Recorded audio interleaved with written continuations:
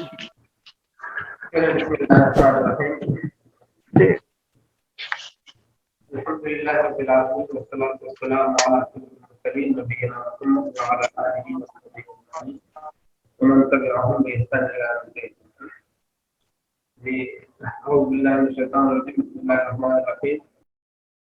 وجعلوا لله شركاء الجن وخلقهم وخلقوا له بنين وبنات بغير علم سبحانه وتعالى عما يشركون بديع السماوات والأرض أنى يكون له ولد ولم تكن له صاحبة. کہ اللہ رب العالمین جو ہے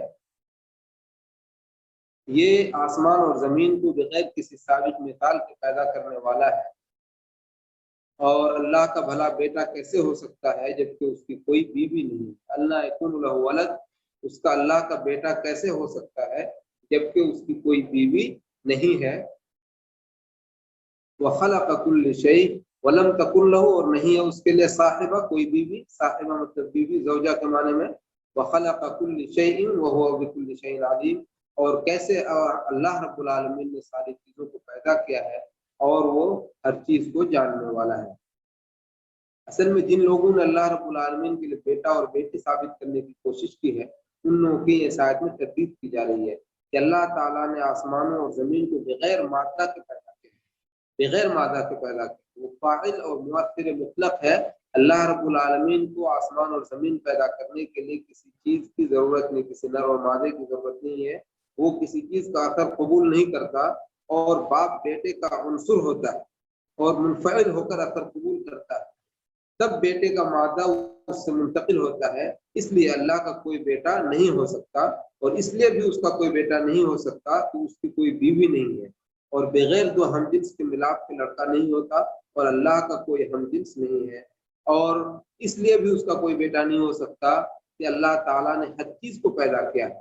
اور انہی میں سے وہ بھی ہے جس سے لوگ اللہ کا بیٹا بتاتے ہیں، یعنی حضرت عیسیٰ علیہ السلام کو، نعوذ باللہ من ذالک۔ اور مخلوق خالق کا بیٹا نہیں ہو سکتا۔ اللہ رب العالمین خالق ہے، ہاں، اللہ رب العالمین نے ساری چیزوں کو پیدا کیا ہے، اور ساری چیزیں اللہ رب العالمین کی مخلوقات ہیں، کوئی بیٹا نہیں ہے۔ اور اس وجہ سے بھی اللہ رب العالمین کا بیٹا نہیں ہو سکتا کہ اللہ تعالیٰ کا جو علم ہے وہ تمام چیزوں کو محیط ہے، اور کوئی بھی چیز اس سے مخفی اور پوشیدہ نہیں ہے۔ اگر اس کا بیٹا ہوتا تو وہ بھی اس کے صفات سے متصف ہوتا۔ باپ بیٹے میں کیا ہوتا ہے کہ ہائرارکی ہوتی ہے، بیٹے کے اندر باپ کی خوبیاں پائی جاتی ہیں، اور جو خوبیاں باپ کے اندر ہوتی ہیں وہ بیٹے کے اندر ہوتی ہے، لیکن یہاں پہ ایسی کوئی چیز نہیں ہے۔ اللہ رب العالمین خالق ہے، اس نے ساری چیزوں کو پیدا کیا ہے، تو اس کا بیٹا نہیں ہے۔ اللہ کی صفت اور اللہ تعالیٰ کی خوبی کسی کے اندر نہیں ہے، اور اگر ہوتا تو وہ بھی، اس کے اندر بھی اللہ والی صفت پائی جاتی،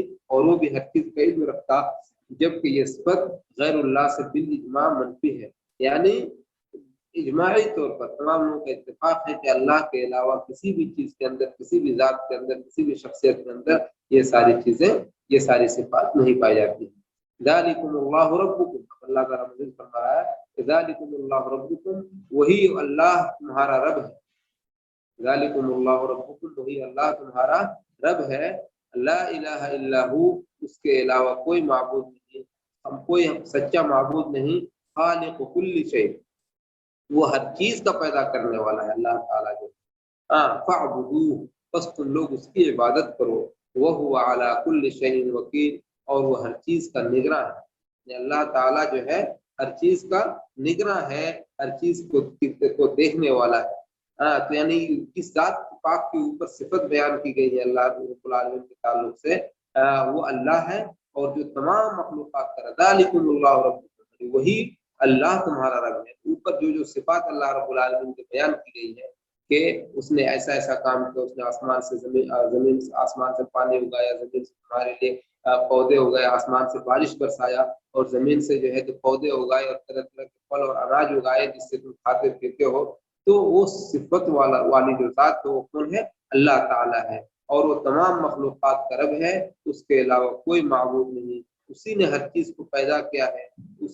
اسی لیے اس نے بندوں کو یہ حکم دیا ہے کہ صرف اسی کی عبادت کرے، چونکہ وہی رب ہے، اسی نے ساری چیزوں کو پیدا کیا اور سب کو وہی روزی دیتا ہے۔ اس لیے انسان کی ذمہ داری بھی یہی بنتی ہے کہ صرف اسی کی عبادت کریں، وہی سب کا نگراں، محافظ، مدبر اور روزی رساں ہے، روزی دینے والا ہے۔ اس کے بعد اللہ تعالیٰ فرما رہا ہے کہ لا تدرکہ الابصار۔ اللہ اب ان آیتوں میں جو ہے اللہ رب العالمین کی خوبیاں اور اللہ رب العالمین کی صفات کا تذکرہ ہے کہ اللہ تعالیٰ کیسے ہے۔ اللہ تعالیٰ فرما رہا ہے کہ لا تدرکہ الابصار وهو يدرك الابصار وهو اللطيف الخبیر۔ لا تدرکہ الابصار، اس کو نہیں پا سکتے، لا تدرکہ نہیں پا سکتے اس کو، اور الابصار نگاہیں یعنی مخلوق کی نگاہیں اس کا ادراک نہیں کر سکتے۔ یہ مخلوق یعنی انسان جو ہے اپنی نگاہوں سے اللہ رب العالمین کا ادراک نہیں کر سکتے، اور اس کے مقابلے میں وہ یدرک الابصار، وہ جو ہے اللہ تعالیٰ ان کی نگاہوں کا پورا ادراک کرتا ہے، یعنی اور وہ ان کی نگاہوں کا پورا ادراک کرتا ہے۔ ہم اللہ رب العالمین کو اپنی نگاہوں سے نہیں دیکھ سکتے، نہیں پا سکتے، اس کے مقابلے میں اللہ تعالیٰ ہماری جو نگاہیں ان ساری چیزوں کا ادراک کرتا ہے، اور وہ اللطیف الخبیر، اور وہ کیا ہے، انتہائی باریک بین، وہ انتہائی دور بین اور باریک بین ہے، اور پوری خبر رکھنے والا ہے کہ اللہ رب العالمین ایک ایک چیز کو یعلم خائنۃ الاعین وما تخفی الصدور، آنکھوں کی نگاہوں کو بھی اللہ تعالیٰ جانتا ہے، اور دلوں میں تم جن چیزوں کو پوشیدہ رکھتے ہو ان چیزوں کو بھی اللہ تعالیٰ جانتا ہے۔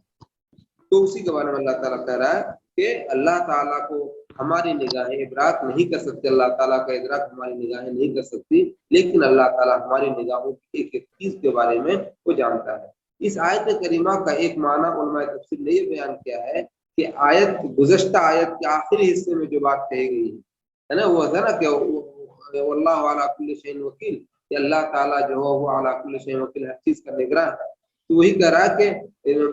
یہ جو بتایا گیا کہ اللہ تعالیٰ سب کی نگرانی کر رہا ہے، تو اسی چیز کو بطور تاکید بیان کیا گیا، لا تدرکہ الابصار وهو يدرك الابصار، کہ نگاہیں اس کو نہیں پا سکتی ہیں، البتہ وہ جو ہے نگاہوں کو پا لے گا، اور وہ ہر چیز کو مطلب بہت بڑا باریک بھی، اور چیزوں کو بہت باریکی کے ساتھ سمجھنے والا ہے۔ تو اسی کی تاکید کے طور پر اس بات کو اللہ رب العالمین نے گویا کہ بیان کیا ہے کہ وہ جو ہے تمام چیزوں کو دیکھ رہا ہے، کوئی بھی چیز اس سے مخفی نہیں ہے۔ اور اس کا مقصد کیا ہے؟ مقصد یہ ہے کہ بندوں کو خوف دلایا جائے، کہ انسان اس بات کو اپنے ذہن میں اس بات کو رکھے کہ اللہ رب العالمین ہماری ایک ایک حرکت کو اور ایک ایک مطلب ہے کہ خیانت کے بارے میں علم رکھ رہا ہے، تو انسان اس کے بارے میں چوکنا رہے۔ یہی مقصد ہے کہ وہ جو ہے انسان جو ہے اللہ رب العالمین کو سے ڈرتا رہے، اور یہ یاد رکھے کہ اگرچہ ہم نہیں دیکھ پا رہے لیکن اللہ تعالیٰ ساری چیزوں کو دیکھ رہا ہے، اس لیے اس کی گرفت سے بچ کر رہنا چاہیے۔ اور دوسرا جو معنی ہے وہ یہ ہے کہ اللہ جو ظاہری ہے کہ اللہ رب العالمین کو اہل دنیا کی آنکھیں نہیں دیکھ سکتی، تو پھر یہ کیسے ممکن ہے کہ کسی دنیاوی وجود رکھنے والے شخص کو اس کا بیٹا قرار دیا جائے؟ یعنی کہ جب انسان جو ہے اللہ رب العالمین کو دیکھ ہی نہیں سکتی، تو ایسا کیسے ہو سکتا ہے کہ جو دنیا کے اندر وجود رکھنے والی کوئی ذات یا کوئی شخص یا کوئی انسان اللہ رب العالمین کا بیٹا ہو جائے؟ ایسا کیسے ممکن ہو سکتا ہے؟ یہ ممکن ہی نہیں ہے۔ اس کے بعد اللہ تعالیٰ فرما رہا ہے قد جاءکم بصائر من ربکم فمن ابصر فلنفسه ومن عمي فعليها وما انا عليكم بحفيظ۔ قد جاءکم بصائر، تمہارے رب کی طرف سے تمہارے پاس دلوں کو روشن کرنے والے دلائل آ چکے۔ قد جاءکم بصائر من ربکم، تمہارے رب کی طرف سے دلیلیں، ایسی دلیلیں جو دلوں کو روشن کرتی ہیں وہ آ چکے ہیں۔ تو فمن ابصر فلنفسه، تو جو کوئی ان سے بصیرت حاصل کرے گا اس کا فائدہ اسی کو ہوگا۔ یعنی اللہ رب العالمین کی جو دلائل ہے، اللہ رب العالمین نے قرآن مجید کے اندر وضاحت کے ساتھ دلائل بیان کیے، ان دلائل سے جو نصیحت حاصل کرے گا اور ان سے بصیرت حاصل کرنے کی کوشش کرے گا تو اسی کے لیے فائدہ ہوگا، اس کا فائدہ اسی کو پہنچے گا، کسی اور کو نہیں پہنچے گا۔ ومن عمی فعلیہا، اور جو اندھا ہو جائے گا تو اس کا نقصان اسی کو ہوگا، کسی اور کو نقصان ہونے والا نہیں ہے۔ وما انا علیکم بحفیظ، اور میں تمہارے اوپر نگہبان نہیں مقرر کیا گیا، یعنی اللہ کے نبی صلی اللہ علیہ وسلم نے دیا ہے کہ آپ کہہ دیجئے کہ دیکھیے اللہ رب العالمین کے دلائل کی طرف سے وضاحت کے ساتھ دلائل آ چکے ہیں، اب اگر ان دلائل سے نصیحت پکڑو گے تمہارے لیے فائدہ ہے، اور اگر تم ان دلائل سے نصیحت حاصل نہیں کرو گے تو اس کا نقصان تمہارے لیے ہوگا، اور میں تمہارے لیے اللہ کے تمہارے اوپر نگہبان مقرر نہیں کیا گیا ہوں۔ تو دیکھیے اس آیت کے اندر جو ہے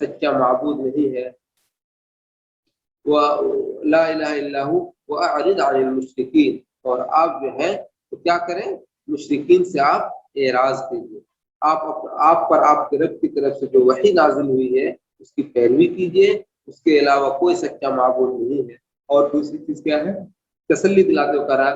واعرض عن المشرکین، اور آپ مشرکوں کی باتوں پر دھیان نہ دیجیے، وہ جو بھی کہہ رہے ہیں آپ ان کی باتوں پر جو ہے دھیان نہیں دیجیے۔ اس میں ایک نبی کریم صلی اللہ علیہ وسلم کے دل کی تقویت اور ان کے حسن و ملال کے ازالہ کے لیے انہیں حکم دیا جا رہا ہے کہ آپ جو ہے اپنے راہ پر قائم رہیے، آپ کو ڈرنے کی کوئی ضرورت نہیں ہے اور آپ کو غم کرنے کی کوئی ضرورت نہیں ہے، اللہ رب العالمین آپ کی مدد کے لیے کافی ہے۔ وَلَوْ شَاءَ اللَّهُ مَا أَشْرَكُوا وَمَا جَعَلْنَاكَ عَلَيْهِمْ حَفِيظًا وَمَا أَنْتَ عَلَيْهِمْ بِوَكِيلٍ۔ وَلَوْ شَاءَ اللَّهُ، اگر اللہ تعالیٰ چاہتا، وَلَوْ شَاءَ اللَّهُ مَا أَشْرَكُوا، اور اگر اللہ چاہتا تو وہ لوگ شرک نہ کرتے، یعنی اگر اللہ اس بات کو چاہ لے تو دنیا کے اندر کوئی بھی اللہ تعالیٰ کی ذات کے ساتھ شریک نہ ٹھہرائے تو پھر کوئی شریک نہیں ٹھہرائے گا، لیکن اللہ کی یہ مشیت ہے کہ مختلف قسم کے لوگ ہیں، کچھ اللہ کی عبادت کرتے ہیں، کچھ اللہ کے ساتھ کسی کو شریک ٹھہراتے ہیں، اور اللہ کے ساتھ مطلب یہ ہے کہ معبودان باطلہ کو بھی اپنا رب اور مطلب ہے کہ دیوی اور دیوتا مانتے ہیں۔ یہ ہے اللہ رب العالمین کی مشیت ہے، اس لیے لوگ اس چیز کو کر رہے ہیں، رضامندی نہیں بلکہ مشیت، اللہ چاہ رہا ہے اس لیے ہو رہا ہے، لیکن اس کا یہ مطلب نہیں کہ وہ کر رہے ہیں تو اللہ اس سے راضی ہے، ایسا کوئی ضروری نہیں ہے۔ اس لیے کہ دو چیز ہے کہ ایک ہوتی ہے مشیت اور ایک ہوتی ہے رضا۔ تو مشیت، ہر مشیت دنیا کے اندر جو بھی کام ہو رہا ہے، اچھا برا جو بھی ہو رہا ہے، سب اللہ کی مشیت سے ہو رہا ہے، لیکن اللہ کے ارادے سے اور مشیت سے ہو رہا ہے، لیکن اللہ کی رضا سے نہیں، یعنی ہر کام میں اللہ رب العالمین کی رضامندی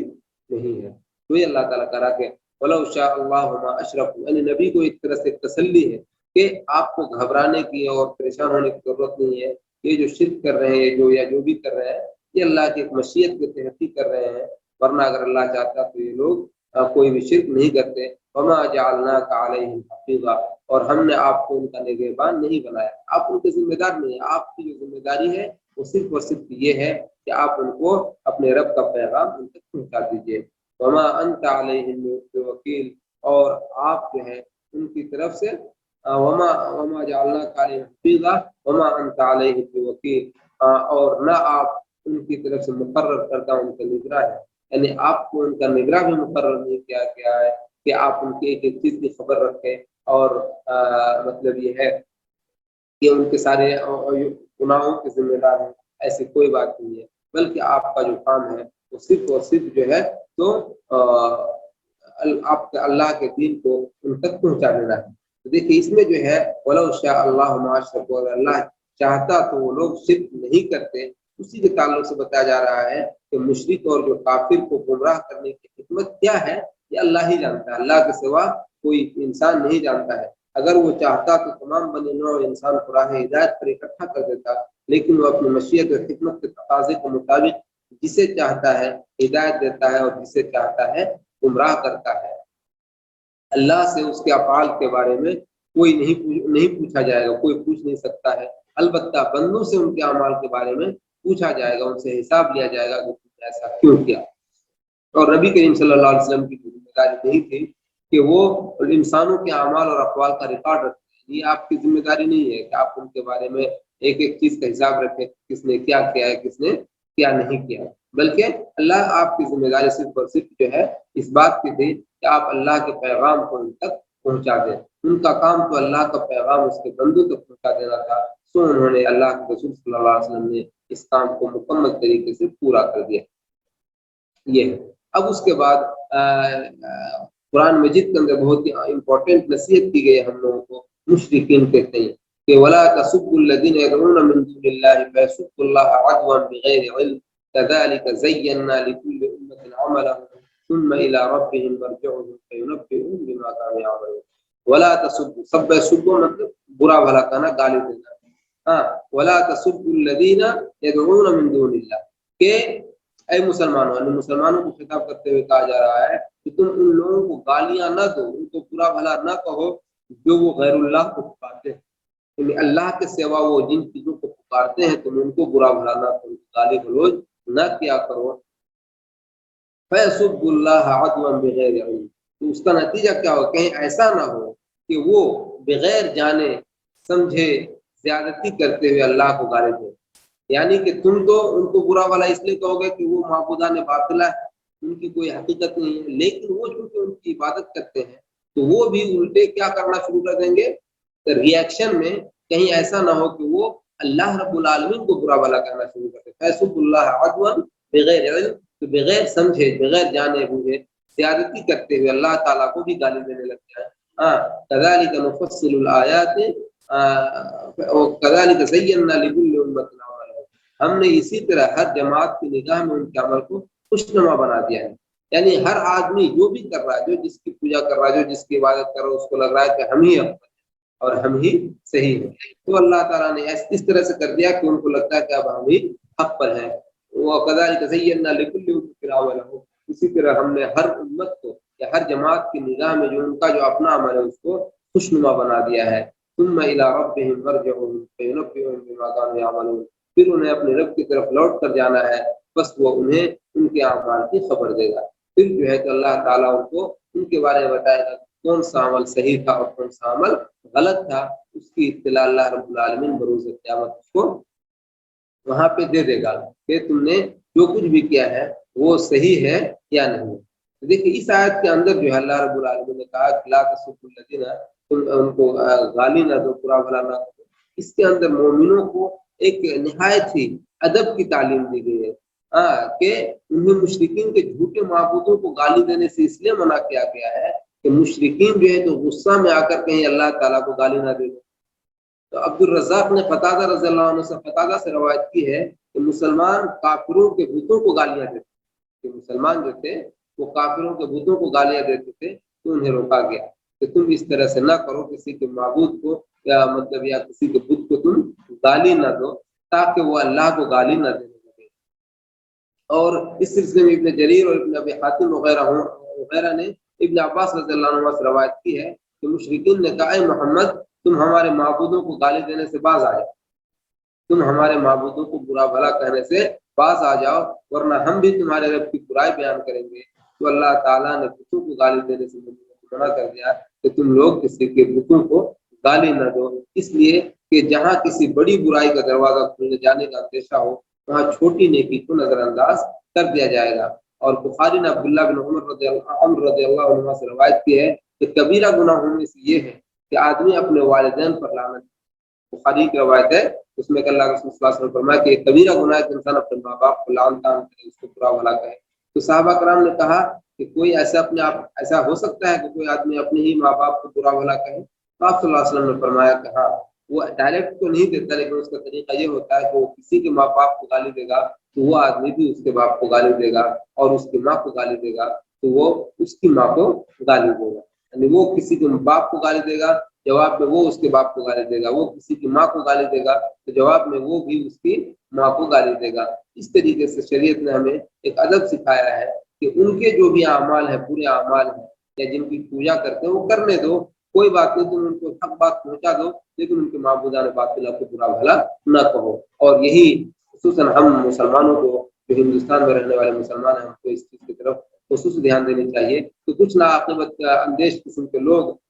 نہ سمجھی میں ان لوگوں کے دیوی دیوتاؤں کو برا بھلا کرتے ہیں۔ اس کی کوئی ضرورت نہیں ہے، آپ کو اس کی اسلام نے تعلیم ہی نہیں دی۔ وہ غلط کر رہے ہیں یا کچھ کر رہے ہیں، آپ ان کو دلیل کے ساتھ سمجھائیے، ان کو اچھی بات بتائیے کہ یہ چیز شرک ہے، لیکن تم ان کو گالی گلوچ نہ کرو، ان کو برا بھلا نہ کرو۔ ہاں، اس لیے اور ماضی میں ایسا بھی ہو بھی چکا ہے کہ مسلم لیڈر نے ان کے معبودوں کو برا بھلا کہا تھا، جس کے نتیجے میں پورے ہندوستان میں واویلا مچ گیا تھا۔ ان چیزوں سے ہمیں گریز کرنا چاہیے اور احتیاط کرنا چاہیے۔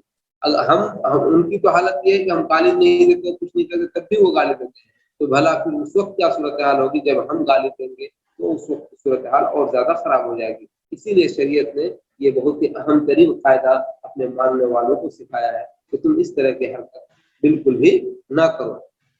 اللہ تعالیٰ نے جس طرح بتانا کہ كَذَلِكَ زَيَّنَّا لِكُلِّ أُمَّةٍ عَمَلَهُمْ، کہ ہم نے ہر امت کو، ہر جماعت کے لیے ان کے اعمال کو کیا کر دیا ہے، مزین کر دیا ہے۔ تو اللہ تعالیٰ وہی کہہ رہا ہے کہ اللہ تعالیٰ نے اس طرح گزشتہ زمانوں میں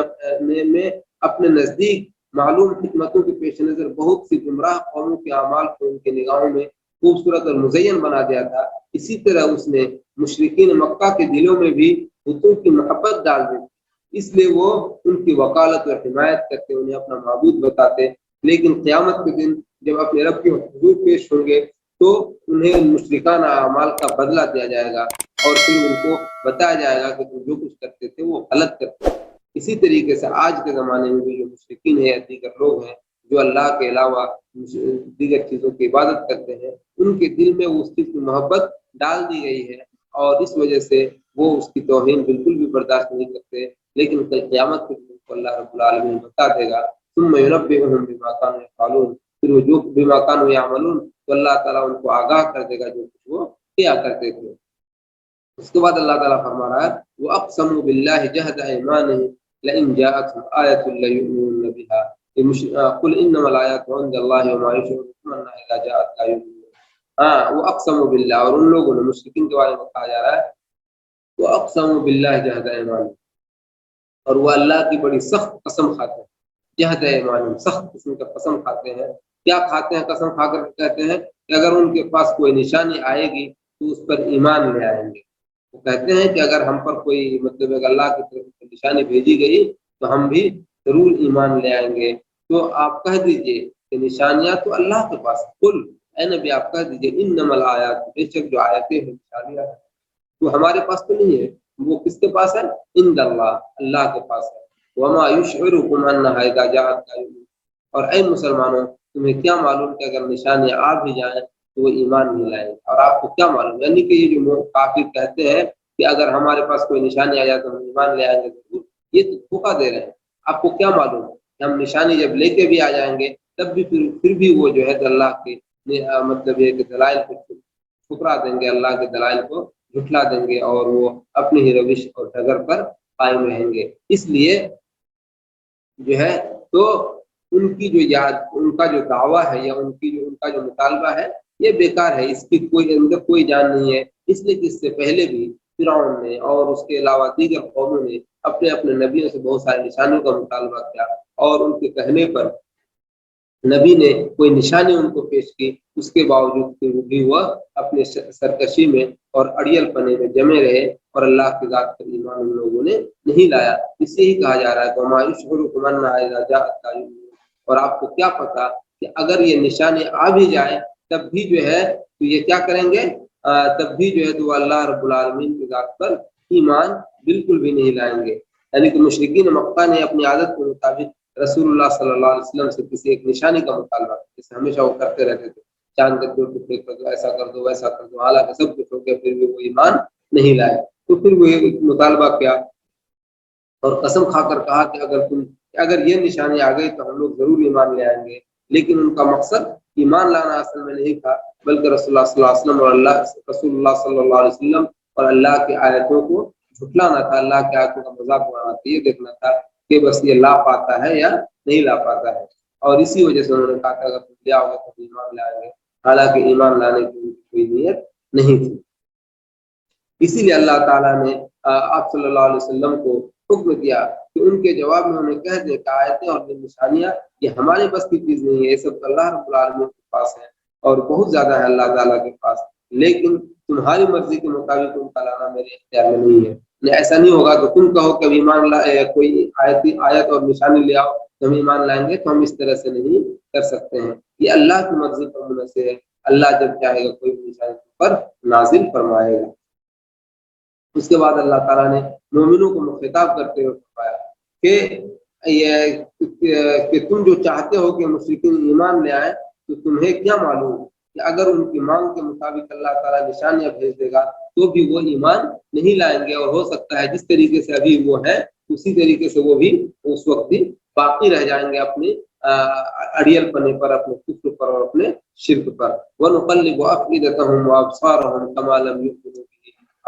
يُؤْمِنُوا بِأَوَّلِ وَنَذَرُهُمْ فِي طُغْيَانِهِمْ يَعْمَهُونَ۔ اب اللہ تعالیٰ فرما رہا ہے کہ اور ہم ان کے دلوں کو، اور وَنُقَلِّبُ أَفْئِدَتَهُمْ، اور ہم بدلیں گے اور ہم ان کے دلوں اور ان کی آنکھوں کو قرآن پر ایمان لانے سے پھیر دیں گے، بدل دیں گے. یعنی وہ جو ہٹ دھرمی کر رہے ہیں اور طرح طرح سے تمہیں عاجز اور پریشان کرنے کی کوشش کر رہے ہیں، اس کی وجہ سے ہم کیا کریں گے، ان کے دل کو ہم پھیر دیں گے.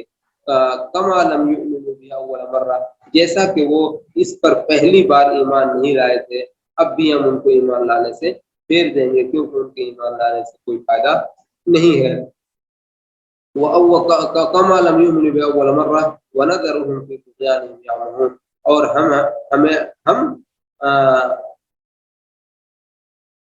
ہم جو ہے ان کو وَنَذَرُهُمْ فِي طُغْيَانِهِمْ يَعْمَهُونَ، اور ہم ان کو ان کی سرکشی میں بھٹکتا ہوا چھوڑ دیں گے. وَنُقَلِّبُ أَفْئِدَتَهُمْ وَأَبْصَارَهُمْ، اور ہم ان کے دلوں اور ان کی آنکھوں کو قرآن پر ایمان لانے سے پھیر دیں گے. نقلب ہم بدل دیں گے، کس چیز سے بدلیں گے؟ اس بات سے بدل دیں گے کہ وہ قرآن پر ایمان لائے، وہ قرآن پر ایمان نہیں لا سکتے. کیسے؟ کما لم یؤمنوا به اول مرہ، جیسا کہ انہوں نے پہلی بار ایمان نہیں لایا قرآن پر، جب قرآن کی پہلی آیت نازل ہوئی تو انہوں نے اس کو جھٹلا دیا. اسی طریقے سے ہم بھی ان کے دلوں کو قرآن سے کیا کریں گے؟ پھیر دیں گے. وَنَذَرُهُمْ فِي طُغْيَانِهِمْ يَعْمَهُونَ، اور انہیں ان کی سرکشی میں ہم بھٹکتا ہوا چھوڑ دیں گے. یعنی انہی مشرکین مکہ کے بارے میں کہا جا رہا ہے کہ اللہ تعالیٰ نے ان کے دلوں کو حق کا ادراک کرنے سے محروم کر دیا ہے. اب وہ لوگ، یہ کفار، یہ مشرکین حق کو نہیں پا سکتے، اس لیے وہ حق بات کو سمجھتے ہی نہیں ہے اور ان کی آنکھوں کو بصیرت سے محروم کر دیا. ہم نے جو ہے اس کو محروم کر دیا ہے ان کے بصیرت سے، اس لیے راہ حق کو وہ دیکھتے ہی نہیں ہے. اس لیے جس طرح وہ لوگ پہلے ایمان نہیں لائے، اب بھی ایمان نہیں لائیں گے اور اللہ انہیں کفر میں بھٹکتا ہوا چھوڑ دے گا. اور وہ بھٹکتا ہوا اللہ تعالیٰ نے ان کو چھوڑ دیا، وہ کفر میں یا کفر میں ٹاپک پونیاں لگا رہے ہیں، کفر میں بھٹکتے جا رہے ہیں اور انہیں ایمان کی توفیق نہیں لاتے، نہیں ہوتی ہے. اور وہ طرح طرح کے اٹکل پچوں ہانکتے رہتے ہیں اور ادھر ادھر کی باتیں ہانکتے ہیں. اگر کوئی نشانی آ گئی تو ہم ایمان لے آئیں گے، اگر کوئی اللہ کی طرف سے کوئی آیت آ گئی، کوئی